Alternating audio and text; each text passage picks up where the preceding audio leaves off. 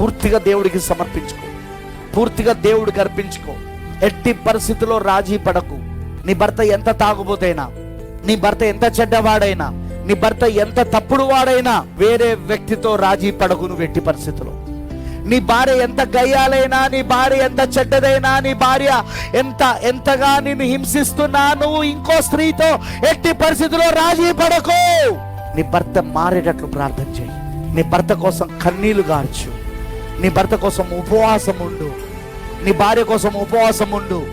నీ భార్య మారేటట్లుగా దేవుని దగ్గర ప్రార్థన చేయి.